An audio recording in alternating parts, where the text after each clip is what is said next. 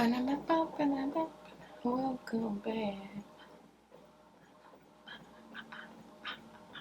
Welcome back. You know that song? That's my song. Hi guys. How are you? What is today's video about? Video about. Today's video is about one of the things God has told me personally or laid on my heart, which is kind of random actually because never wanted anything like this before. I forgot to start my recording.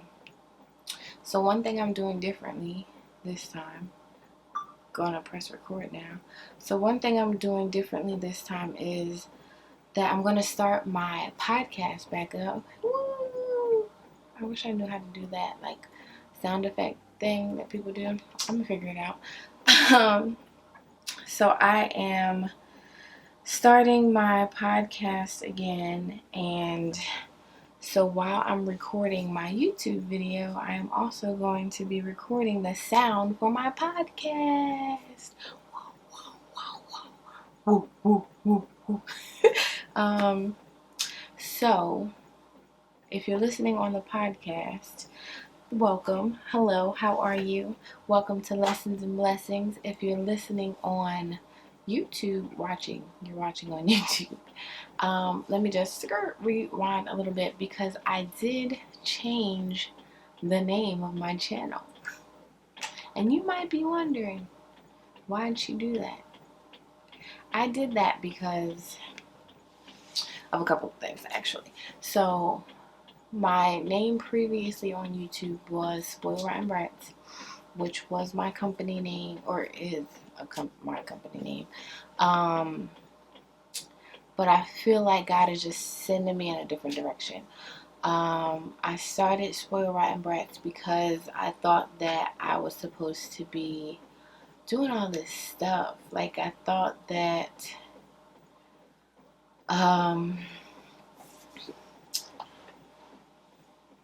because I quit my job, I thought that I had to be doing something. Which I do feel like I have to be doing something, but I thought that it was going to be selling products. So then I was on Facebook doing everything. I mean, I enjoyed doing it. I was doing like cricket crafts and shirts, and I taught myself how to do sublimation, and I love all of those things. That's why if you can hear my printer is running, it's because I have a sublimation project that I need to finish for my brother. So if you hear the printer, that's why. But now that I feel like the further in I get with God, the more I realize that He's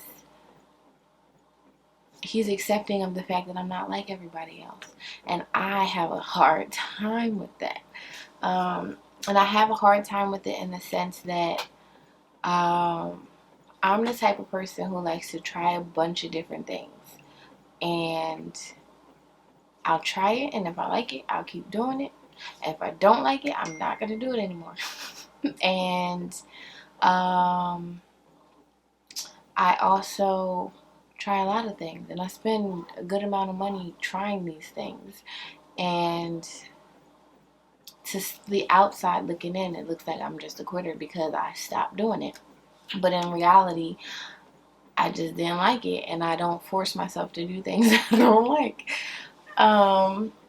Like I thought I was going to do jewelry making. I just gave I spent, I don't know how much I spent, too much. But I just gave it all away because I don't like jewelry making. It's not my thing. And I met a girl. I know a girl who decided she wanted to make jewelry. So I was like, guess what? I've got a bunch of stuff that I can give to you because it's not my thing. And it felt good to be able to bless her with that stuff. And I don't know. Somebody else is probably like, that's stupid. Like, you keep buying stuff and not finish it. And I know people look at me that way, but I don't care anymore. So my mom calls me flighty because I try things and then I'm out. And then I try things and then I'm out. And then I try things and then I'm out. But I'm actually growing to love that about me. Being around people, I feel like the world wants to put you in a box. or cubicle, and I don't like it there. I don't like being in cubicles. I have done the phone, what's it called? I did collections for Navient, and I did customer service for AAA, and that's not it for me. I was also a work specialist. I enjoy talking to people. I am a people person all day long. I don't want to do that. My manager always wanted me to sell stuff. I don't want to do that. And it's not that I don't want to sell stuff, because I can sell you something. I'm going to sell you it because you need it, not because I'm trying to meet this number. Like, I'm not that type of person. So once you tell me I don't really want that, or I ain't got the money for it, that's it for me. Like, I'm not a salesperson. I'm not gonna try and force you to buy it. And she didn't like that. I've done a lot of stuff, and I thought that quitting my job meant I needed to keep doing stuff. And as of right this second, today is, hey Google, what's today? It is Wednesday, February 10th, 2021. It's Wednesday, February 10th, 2021. I can't even say it. And as of right now, I don't want to do any of that stuff. Right now, I just like recording YouTube videos about God and what I'm about to talk about, what He's just put on my heart. I got all these books in front of me so I can talk about it. That's where I'm at right now, and I'm cool with it. And I understand that it's hard for some people. It was hard for me to tell my mom, like, I'm changing again, because I know she's gonna support me regardless. But I also struggle. I don't know how to explain it, because I know what she wants for me, and I know that I'm probably never gonna be that. I don't even know what I'm gonna be. I think she just wants me to be great, but also make money. Anyway, so I say all that to say, God has given me lessons and blessings, and I just want to talk to you about the things that I've experienced in life, the things that God gives me to give to you, the lessons and blessings. I feel like God gives you a lesson, and if you go through that lesson and you learn the lesson, then you get the blessing. If you don't learn the lesson, then He gonna give you the lesson again until you get to the blessing. And I've received a lot of lessons, and I'm still repeating a lot of lessons, but I've also got a lot of blessings, and it just suits me, and it just feels like home. Like, it feels perfect for me. And I now realize that I am my brand, and lessons and blessings is me. So we here now. Anyway, hi, how are you? How's your day been? For real? Shut up. That's dope. I hope you are living your best life, and I hope that you are not letting anybody else's opinion affect your opinion of you, because what I'm about to say that I want to do, some people are going to be like, that's weird, especially people who know me, because this is not something that old me would have been into. Old me would have been like, you drawing, you don't like bugs, you don't like, and let me tell you what it is first, because I'm getting too deep. So I want a farm. Not only do I want a farm, but I want a homestead. So homesteading is like back in the day when they only had land, and they were living on the land. Like, they grew their food, and they collected rainwater, and they lived on the land. So I'm so excited I can't even talk. Like, I am just beyond excited for this next journey that's coming up in my life. So God has given me 4 or 5 years that He's told me that this is gonna happen. And this month He gave me the phrase. Is it a phrase? It's a motto, phrase, slogan. I'm not really sure, but it's stay patient, stay honest, and stay ready. And this slogan phrase thing has been showing up in my life so much. And it's crazy because the different ways that, like the different scenarios that it shows up in, I look at it so much differently. Because stay patient can be anything. I'm learning to stay patient with my children because I don't want to be a screaming mom. I'm learning to stay patient with myself because I'm flighty, or whimsical, as I like to call it. I am learning to stay ready by preparing myself for whatever blessings God has coming for me. And when I say preparing, I'm learning what I need to learn. I love knowledge. I love research.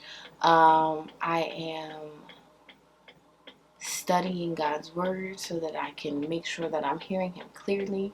And the way he shows up for me, it's literally like, he's like, about time, girl. Like, I'm so glad you finally got it together so I can drop this wisdom on you. And it's dope. I love it. Anyway, so as a part of my stay patient, stay honest, stay ready, I have started to accumulate some books because I'm a reader. I'm a researcher. I have been watching YouTubes like crazy. I have been reading like crazy. I already read an hour a night, so now I'm reading an hour a day, I guess I should say, but it's at night. So now I'm reading a little bit more on top of that because I want to be prepared when God says, here's your land, go do that. So I have a couple books, not a couple, well, it's a little bit more than a couple. And I'm not going to really go into detail about what the books are. I just want to show you so that you can share my excitement with me. And if you have this similar interest, I don't know why I had to think about that, then I would love for you to tell me because I'm so excited. Like, I'm so excited. Like, I'm so excited. And I am not by any means, like, I am a city girl through and through. So the idea of me becoming a country girl is like mind-blowing, but also like so dope. I don't like bugs. Not at all. Not a big bug girl. Not that I'm afraid of them. It's just like, ew. It's just like, ew. Like, ew. But I'm going to get over it because I want to farm. So I'm going to have to get over it. I've never... Oh, I wish I could show you, but it's a mess right now. Maybe I can insert a clip if I learn how to do that. I built my first shelf ever in my life. I feel like when I have a farm, I'm going to need to be self-sufficient and rely on myself. Now, I already got these guns, and I do a lot of lifting and stuff. Like, I'll move furniture and stuff all day myself, up and down from steps and everything. But I've never built anything, and up until this week, I was afraid of a drill. And afraid of in the sense that I'm going to hit my finger and it's going to hurt. Not afraid of, like, I don't know. I was just skeptical about my hand-eye coordination and this power tool. But now I've taught myself how to use a circular saw and a drill. Like, boss. And I want animals, obviously. So, like, I got to learn stuff. Anyway. So, the first book I have is called... Come on. Boom. Start Your Farm. It is by Forrest Pritchard and Ellen Polishuk. I think that's how you say her name. This one's actually kind of boring so far. I've only read like the first couple pages, but I'm gonna get through it because I know that these two people have a wealth of knowledge and I want it. So I'm gonna force myself to get through this. This book is pretty freaking interesting, actually. I like this one. This one is called How to Survive Off the Grid. That's what it looks like. And this one is about how to survive off grid. So off grid means I'm not connected to the electricity in the city. I'm not connected to, well, it could mean I'm not connected to the water. I don't know if I'm about that life, honestly, because I ain't trying to collect my own feces or my kids or anybody else's.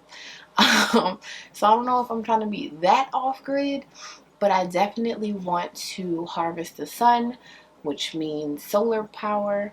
I definitely want to harvest rainwater. And I definitely want to grow my own food. I'm already pescatarian, so I don't eat meat. Even though on a homestead, people are definitely killing their cows and their chickens. I don't plan on doing that because I don't eat them joints anyway. But, and I can't imagine, like, I'm sure I could do it, but I can't imagine. And I've watched videos of them doing it, and it's not as nasty as I thought it was going to be, especially the chickens. Um, yeah, but that just ain't for me. I do, however, want to figure out. I know there's aqua something. I can't think of what it's called.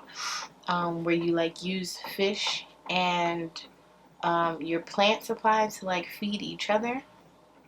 I kind of do want to learn how to do that because I eat fish. So that would be dope to learn. What is it called? I want to say aquapine, but that's not it. I'm gonna remember later and I'm gonna be mad.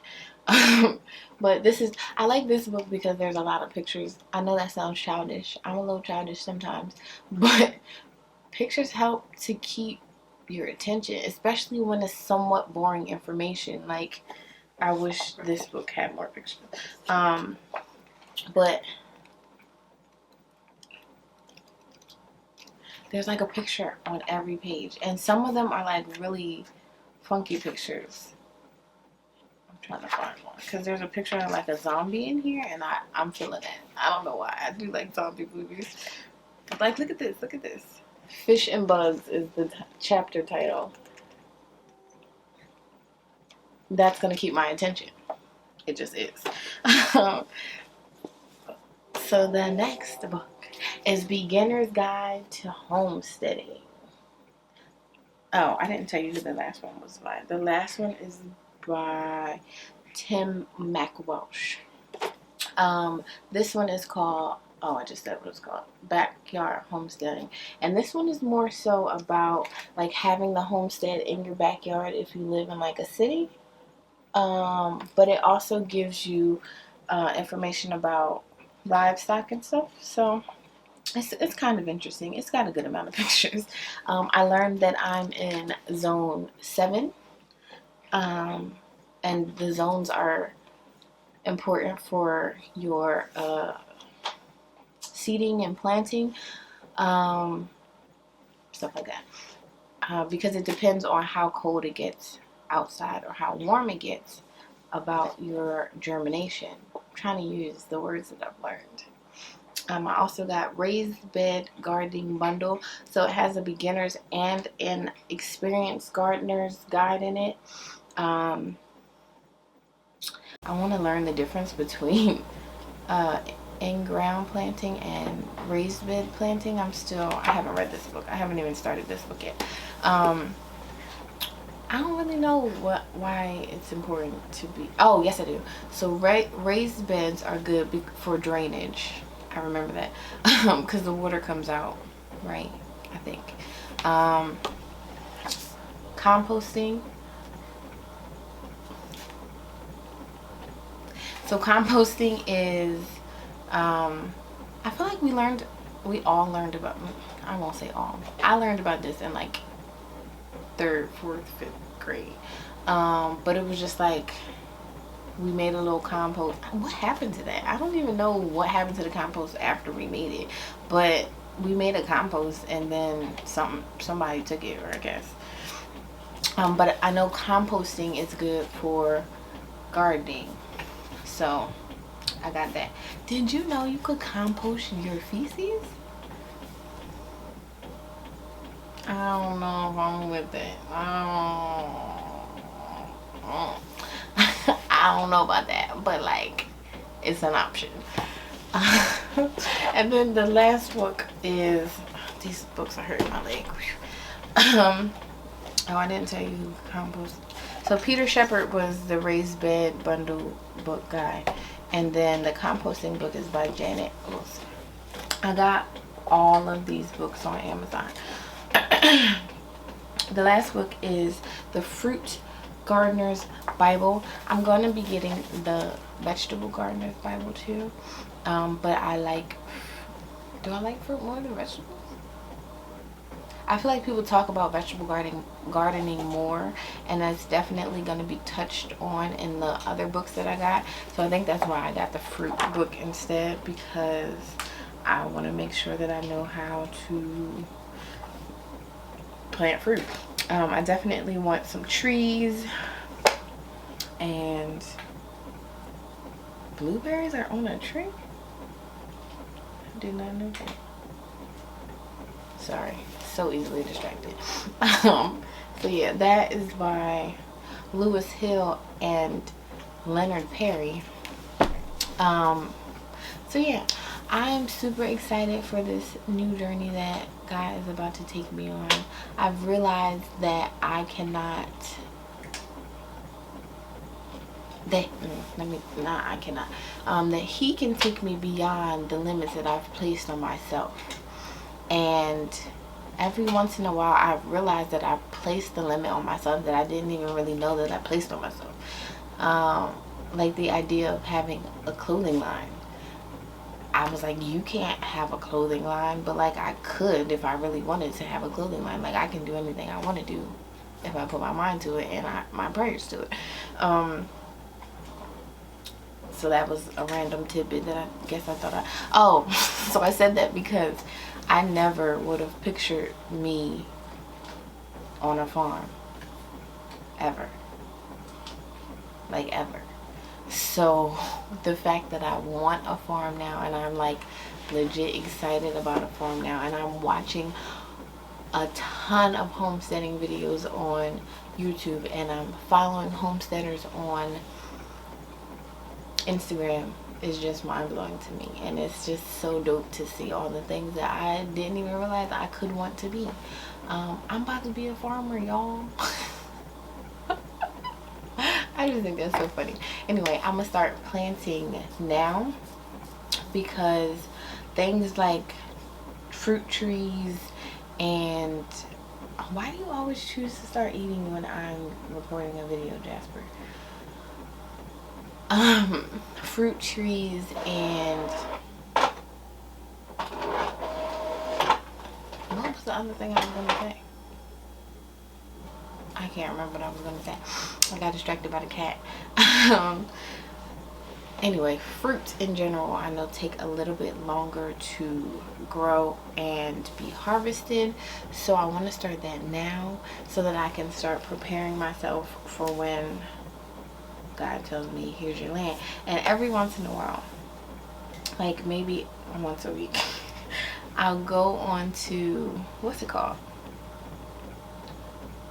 Redfin or Realtor.com, the apps, and I'll just check and see what kind of land is available in Delaware. I definitely will probably be moving to lower Delaware, which I also never thought I'd see myself being. I definitely was like, I'm a city girl and I'm gonna always be a city girl, and I don't want to be nothing but a city girl.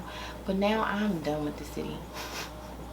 Like, I love the city for the amount of things you can do, but I feel like quarantine has opened up a new world for me of me enjoying being in the house.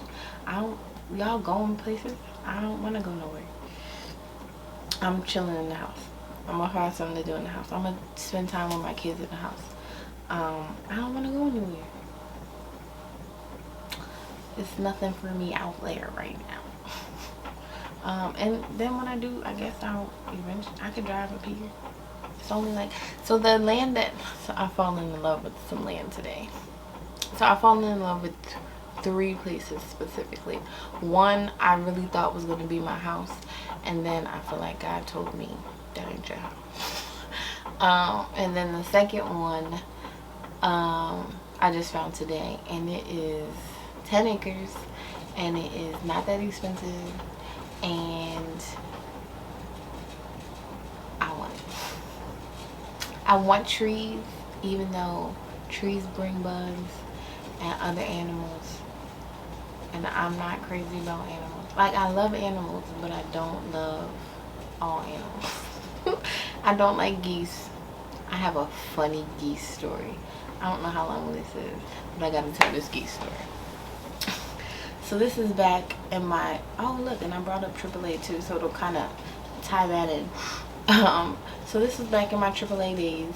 I used to smoke cigarettes. Don't do it, kids. And they had like this gazebo in the back of the building, and I don't know why geese love, or I guess it's where they build offices. They take the geese land or something, because every time you go around like office buildings, there's a bunch of geese. And so these geese used to hang out, and they used to mate, and then when mommy is laying the eggs, them daddy geese get mean. Like, they already kind of mean, but once mommy is on them eggs, they are mean. So there was one group in front of the building, and there was like these little bushes. So say the building is here, there's bushes over here.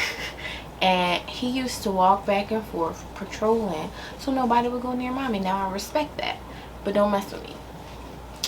And I remember one day everybody ran to the window because a daddy goose was attacking somebody. And I'm like, that's really crazy. I'm so glad that I was not out there, because if you don't know, I'm not claiming this anymore, but I don't like birds. I saw that movie The Birds when I was a child, and it literally scarred me for life. And I have not been the same since.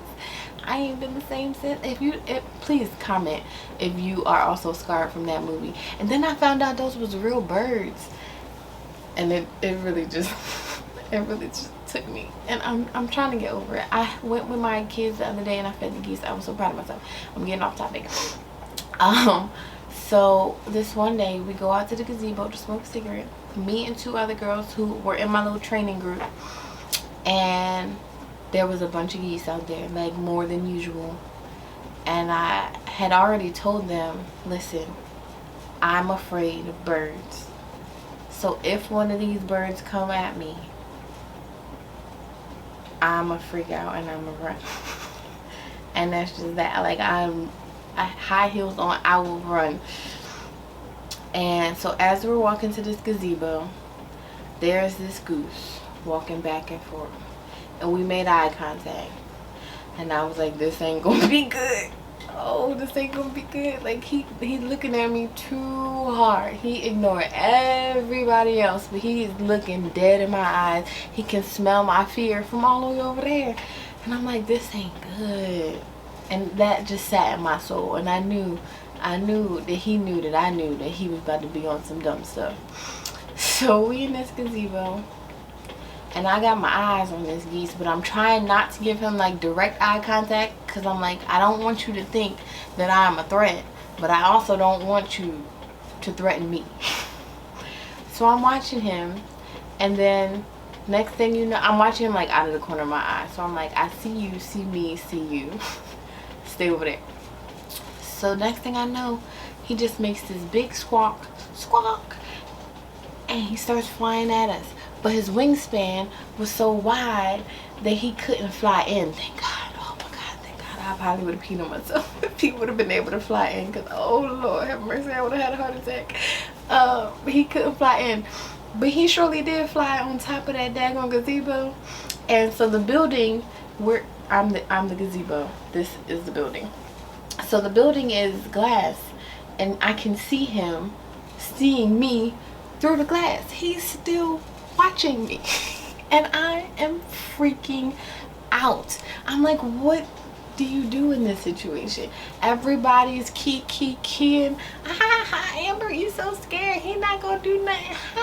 This ain't funny.